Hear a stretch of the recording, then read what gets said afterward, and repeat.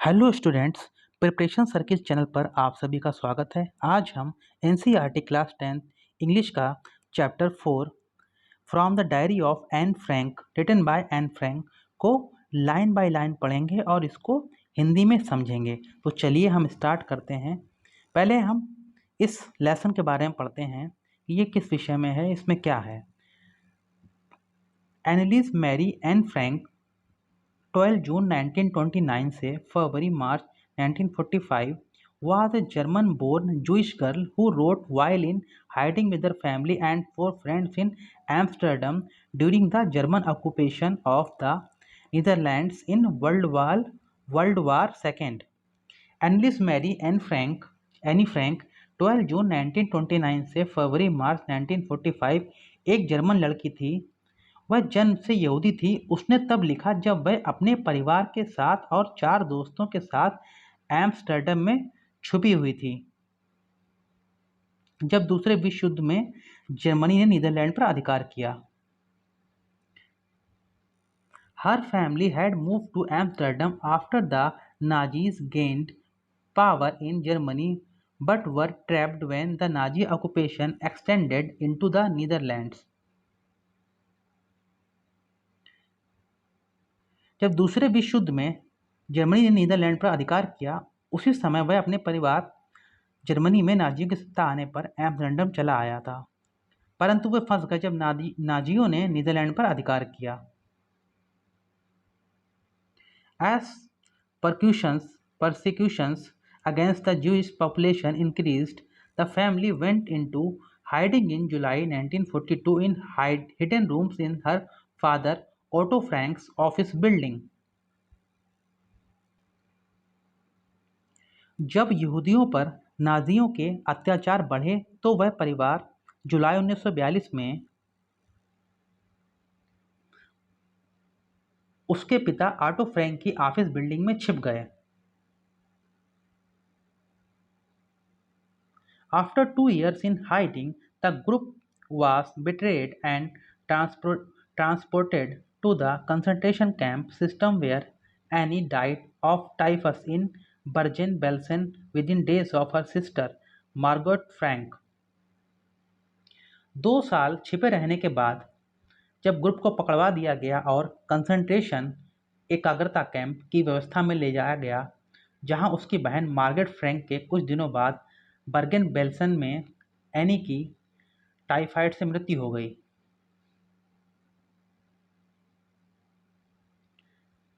Her father, Otto, the only survivor of the group, returned to Amsterdam after the war ended to find that her diary had been saved.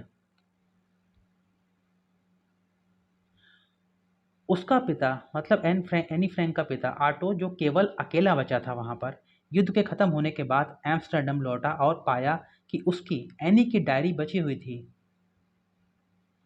Convinced that it was a unique record, he took action to have it published in English under the name The Diary of Young Girl.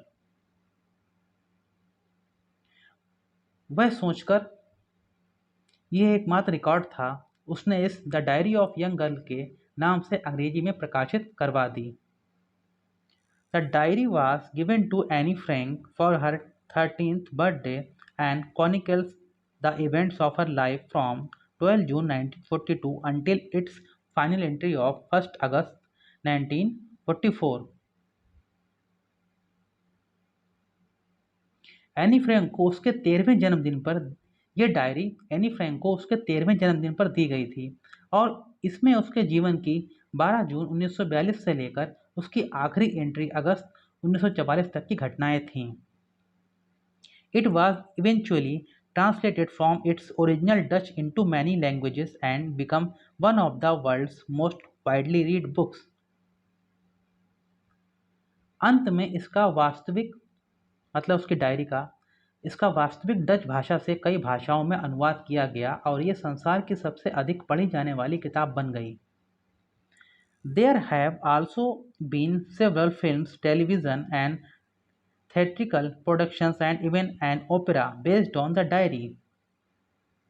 Diary पर आधारित कुछ फिल्में, television, नाटकीय निर्माण और opera भी बन चुका है।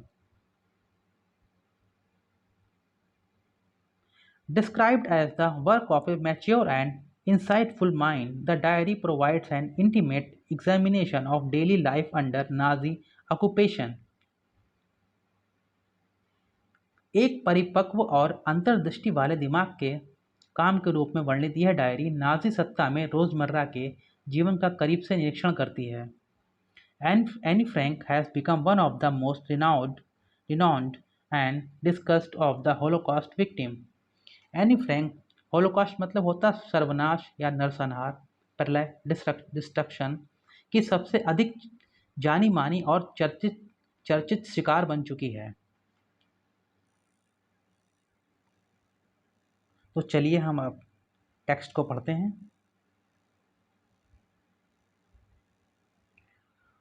Writing in a diary is a really strange experience for someone like me. Any कहती है, मुझ जैसे व्यक्ति के लिए डायरी लिखना वास्तव में एक विचित्र अनुभव है। Not only because I have never written anything before but also because it seems to me that later on neither I nor anyone else will be interested in the musings of a 13-year-old schoolgirl. Any कहती है, मुझ जैसे व्यक्ति के लिए diary लिखना वास्तव में एक विचित्र अनुभव है, न केवल इसलिए कि मैंने पहले कभी कुछ नहीं लिखा, अपितु इसलिए भी क्योंकि मुझे प्रतीत होता है, ऐसा लगता है मुझे कि मैं ना तो स्वयं तथा ना ही कोई और व्यक्ति 13 वर्ष की स्कूल की लड़की के विचारों में रुचि रखेगा। Oh well, it doesn't matter. ठीक है, इसका कोई महत्व नहीं है।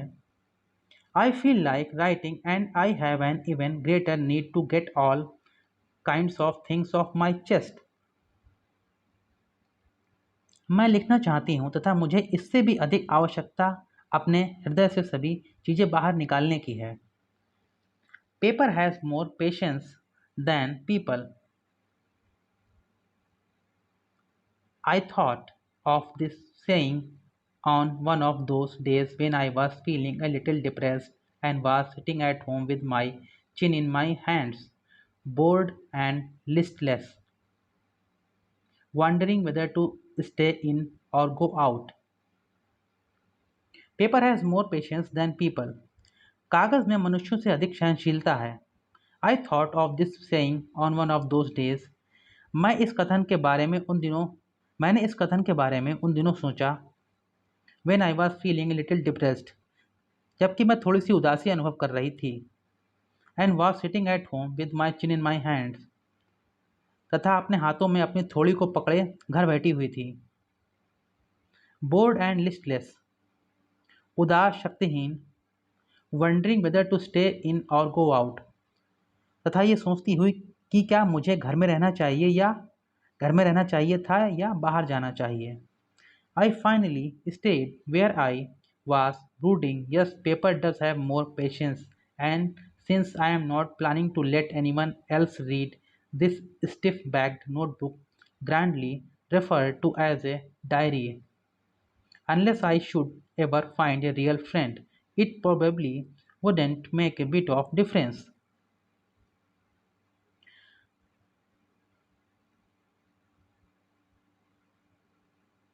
अंत में जहाँ थी वहीं पर सोचते हुए बैठी रही। हाँ, कागज़ में तो अधिक सहनशीलता है ही, क्योंकि मेरी योजना है कि प्रत्येक व्यक्ति मेरी इस सख्त जिल्द वाली कॉपी, जिसे लोग शान से डायरी कहते हैं, पढ़ें जब तक कि मुझे एक वास्तविक सच्चा मित्र नहीं मिलता।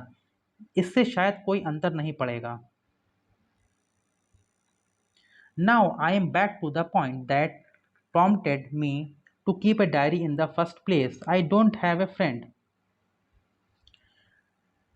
अब मैं फिर उसी महत्वपूर्ण बात पर आती हूँ जिसने मुझे सर्वप्रथम एक डायरी रखने की प्रेरणा दी थी। मेरा कोई मित्र नहीं है।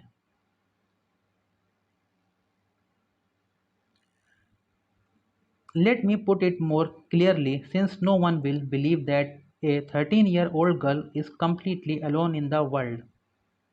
मैं और स्पष्ट से कह दूं, क्योंकि इस बात पर कोई भरोसा नहीं करेगा कि 13 वर्षीय लड़की संसार में बिल्कुल अकेली है।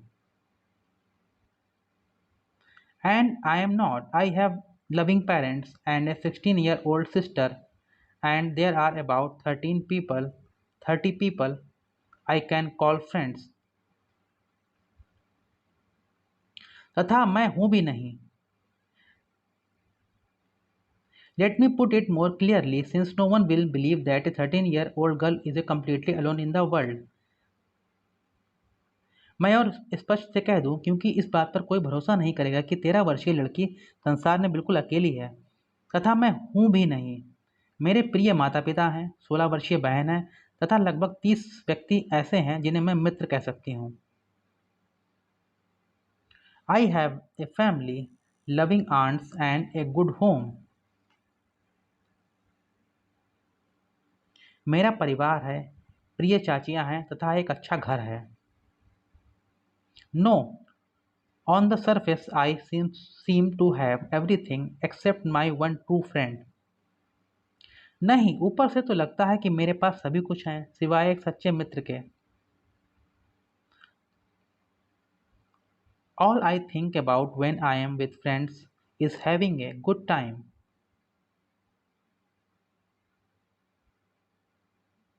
जब मैं अपने मित्रों के साथ होती हूँ तो मैं केवल मौज मस्ती के बारे में सोचती हूँ.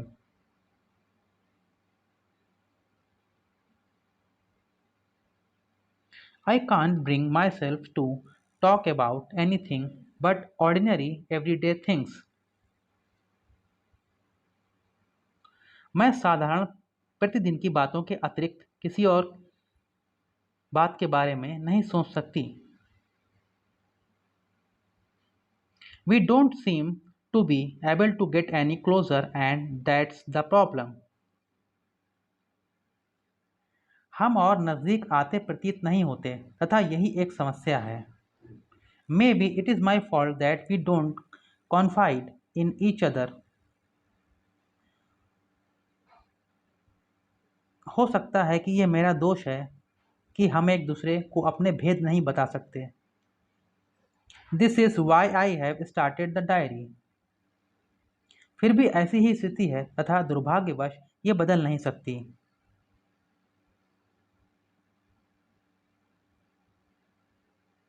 यही कारण है कि मैंने डायरी आरंभ की है, डायरी लिखना शुरू किया है.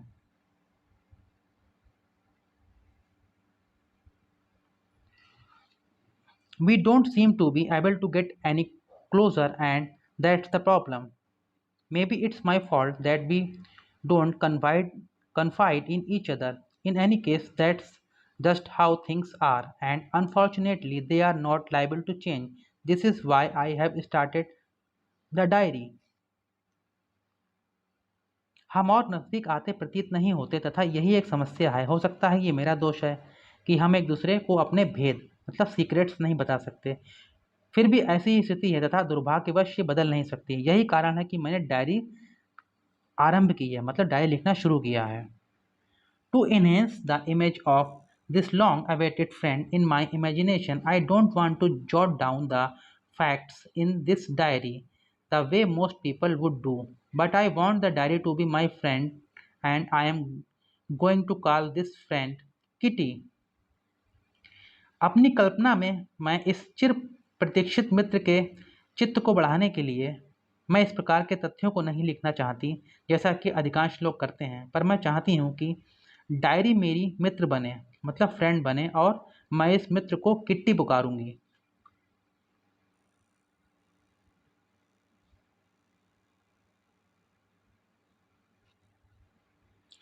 Since no one would understand a word of my stories to Kitty if I were to plunge right in.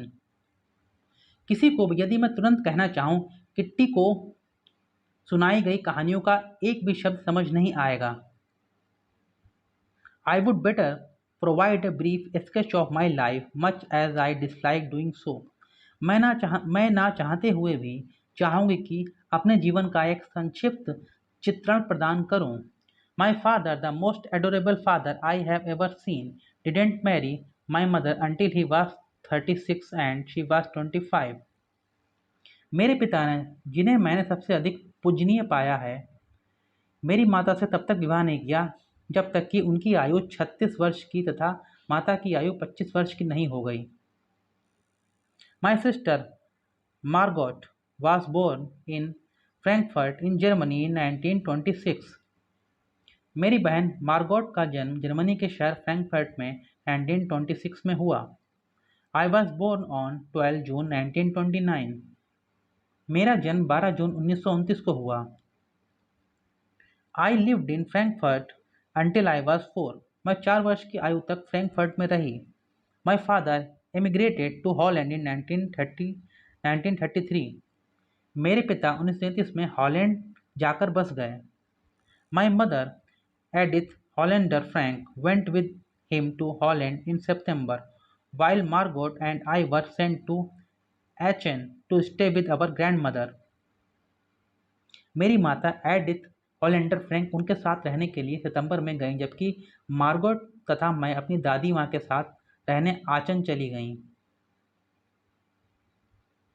Margot went to Holland in December and I followed in February, when I was plunked down on the table as a birthday present for Margot. Margot दिसंबर में Holland चली गई तथा मैं उसके पीछे पीछे फरवरी में उस समय चली गई जबकि मुझे मार्गोट के जन्मदिन के उपहार के रूप में मेज पर रख दिया गया। I started right away at the Montessori Nursery School. मैंने तुरंत मॉन्टेसरी नर्सरी स्कूल में पढ़ाई शुरू कर दी। I stayed there until I was 6. मैं वहाँ 6 वर्ष की आयु तक रही। At which time I started in the first form. मैं वहाँ 6 वर्ष की आयु तक रही जिस समय मैंने प्रथम कक्षा की पढ़ाई आरंभ की। In the sixth form my teacher was Mrs. Cooperus, the headmistress. छठी कक्षा में मेरी मुख्य अध्यापिका श्रीमती क्यूपरस थीं। At the end of the year we were both in tears as we said a heartbreaking farewell. वर्ष के अंत में जब हमने हृदय को तोड़ने वाली अलविदा कही, उस समय हम दोनों की आंखों में आंसू थे। In the summer of 1941, Grandma fell ill and had to have an operation, so my birthday passed with little celebration. 1941 की ग्रीष्म ऋतु में, गर्मियों के मौसम में, दादी माँ बीमार हुई तथा उनका ऑपरेशन करवाना पड़ा, इसलिए मेरा जन्म दिवस बिना उत्सव के गुजरा। Grandma died in January 1942. दादी माँ की मृत्यु जनवरी 1942 में हुई। No one knows how often I think of her and still love her. कोई नहीं जानता कि मैं उनके बारे में कितना सोचती हूँ तथा अब भी उन्हें प्रेम करती हूँ। This birthday celebration in 1942 was intended to make up for the other and Grandma's candle was lit along with the rest. 1942 में यह जन्म दिवस दूसरे की क्षतिपूर्ति के आशय से मनाया गया तथा दूसरी मोमबत्तियों के साथ दादी माँ की मोमबत्ती भी जलाई गई। The four of us are still doing well, and that brings me to the present date of 20 June 1942 and the solemn dedication of my diary. हम चारों का स्वास्थ्य अभी भी अच्छा है तथा इसके साथ मैं आज की तारीख 20 जून 1942 पर आती हूँ तथा अपनी डायरी के प्रति पवित्र समर्पण पर।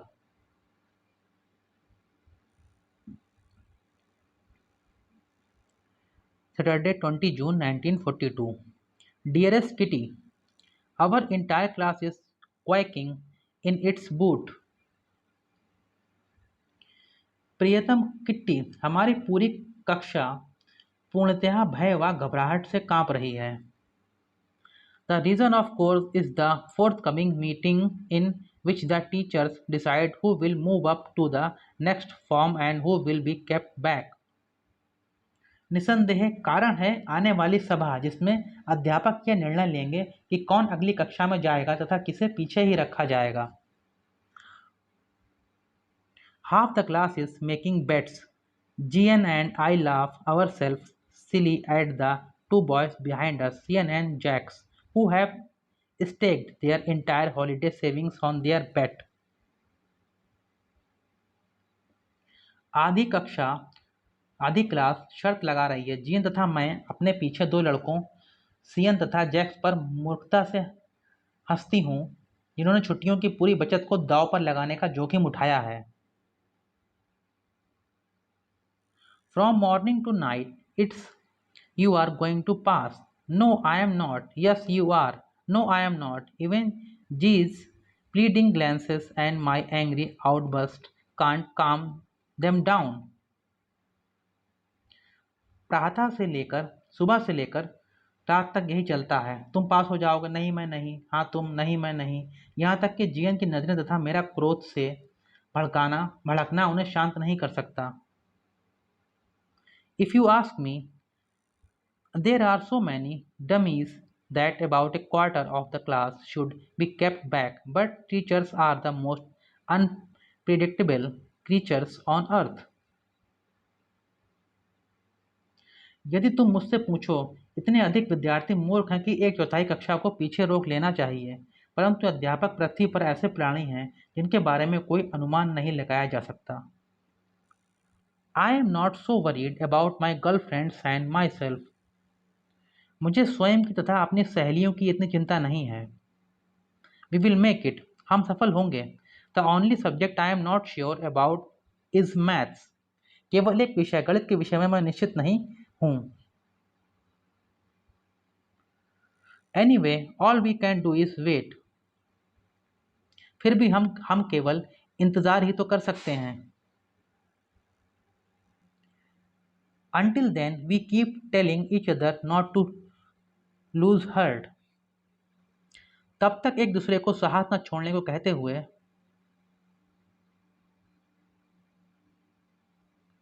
I get along pretty well with all my teachers. मेरी अपने सभी अध्यापकों के साथ अच्छी बनती है।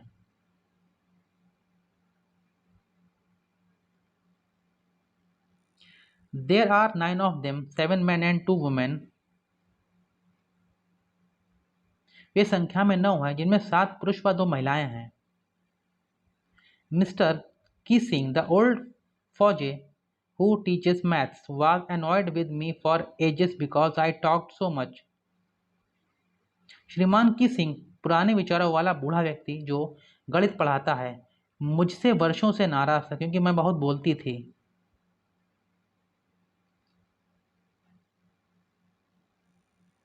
After several warnings, he assigned me extra homework. कई चेतावनियों के बाद उसने मुझे घर पर करने के लिए फालतू कार्य दिया। An essay on subject a chatterbox. What can you write about that?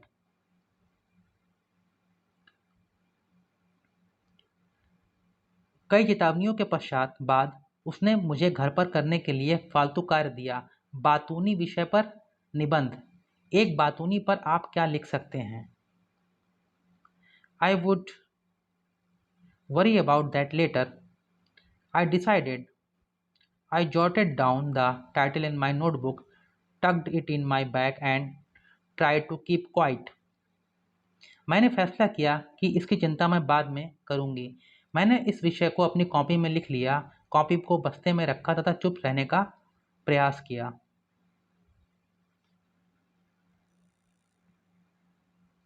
That evening, after I had finished the rest of my homework, the note about the essay caught my eye. उस शाम को घर का दूसरा कार्य समाप्त करने के बाद निबंध के बारे में लिखे शब्दों पर मेरी नजर पड़ी। I began thinking about the subject while chewing the tip of my fountain pen. अपने पेन की नोक को चबाते हुए मैंने इस विषय के बारे में सोचना शुरू किया। Anyone could ramble on and leave big spaces between the words, but the trick was to come up with convincing arguments to prove the necessity of talking. कोई भी शब्दों के बीच अधिक स्थान छोड़कर लिख सकता था, लेकिन चालाकी तो इस बात में थी कि बोलने की आवश्यकता को विश्वास दिलाने वाले तर्क से प्रमाणित किया जाए। I thought and thought, and suddenly I had an idea. मैं सोचती रही और सोचती रही तथा अचानक मुझे एक विचार आया। I wrote the 3 pages Mr. Kissing had assigned me and was satisfied. मैंने श्रीमान किसिंग द्वारा कहे 3 पृष्ठ लिख दिए तथा मैं संतुष्ट थी। I argued that talking is a student's stat and that I would do my best to keep it under control. मैंने तर्क दिया कि बोलना तो विद्यार्थी का एक विशेष गुण है तथा मैं इसे यथाशक्ति अपने नियंत्रण में रखूंगी।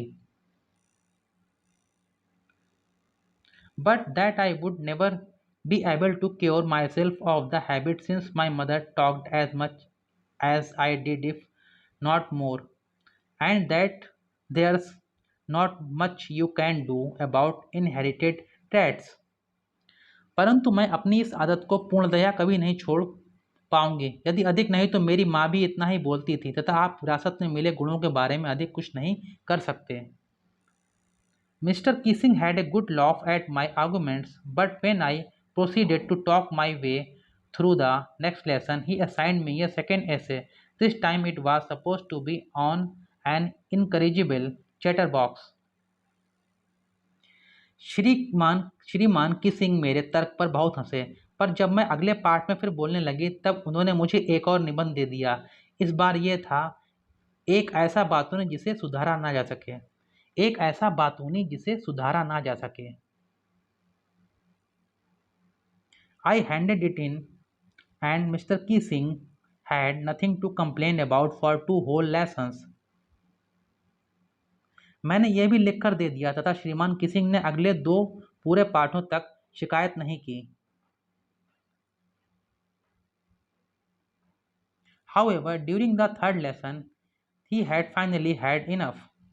Annie Frank, as punishment for talking in class, write an essay entitled Quack, Quack, Quack, said Mistress Chatterbox.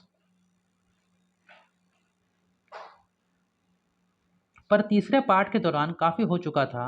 कक्षा में बोलने के दंड के रूप में quack quack quack mistress chatterbox ने कहा, विषय पर निबंध लिखो।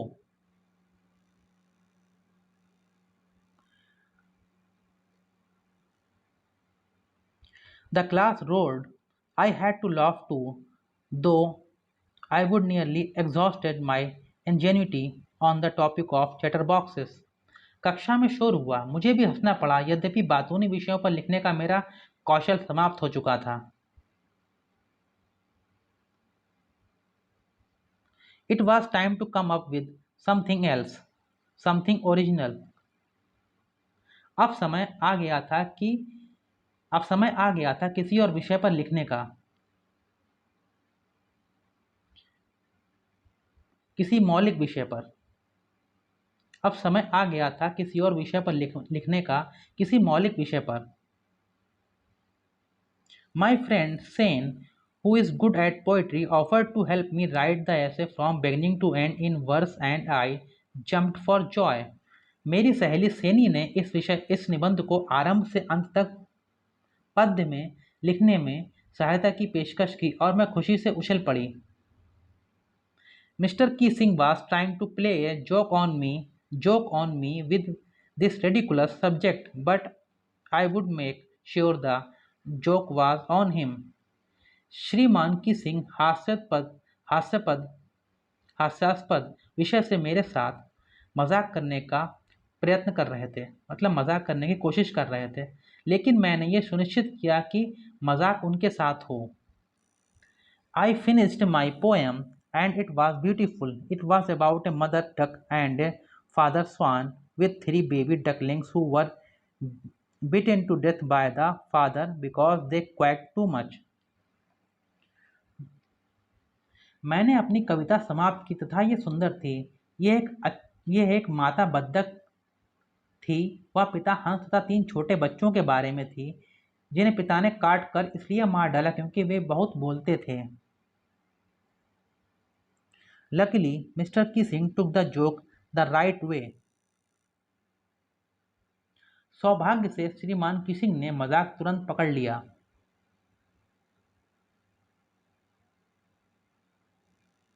He read the poem to the class, adding his own comments and to several other classes as well. उसने अपनी टिप्पणी को जोड़कर उस कविता को कक्षा को सुनाया तथा दूसरी कक्षाओं को भी सुनाया. Since then, I have been allowed to talk and haven't been assigned any extra homework. तब से अब तक मुझे बोलने की अनुमति है तथा मुझे कोई फालतू घर का कार्य नहीं दिया गया. On the contrary, Mr. Kissing's always making jokes these days. इसके विपरीत कीसिंग आजकल सदैव मजाक करते रहते हैं. Yours, Annie, extracted from the diary of a young girl with slight adaptation. तुम्हारी एनी ये diary of a young girl से उद्धत मामूली रूपांतरण के साथ. तो स्टूडेंट्स, यहीं पर ये चैप्टर 4 ख़त्म होता है. उम्मीद करता हूँ कि आपको अच्छी तरह से समझ में आया होगा. अगर आपको अच्छा लगा हो तो आप हमारे चैनल को सब्सक्राइब जरूर कीजिएगा, हमारे वीडियो को लाइक कीजिएगा, शेयर कीजिएगा. और आपको कुछ अगर समझ में ना आया हो, कुछ पूछना चाहते हो तो कमेंट भी कीजिएगा, हम उसका जवाब देंगे. और जो बाकी बचे हुए चैप्टर हैं क्लास 10th की इंग्लिश के, वो भी हम बहुत जल्दी कंप्लीट करेंगे. आप हमारे चैनल पर बने रहें, हमें सहयोग करते रहें. हमारा ये वीडियो देखने के लिए आप सभी लोगों का बहुत बहुत धन्यवाद.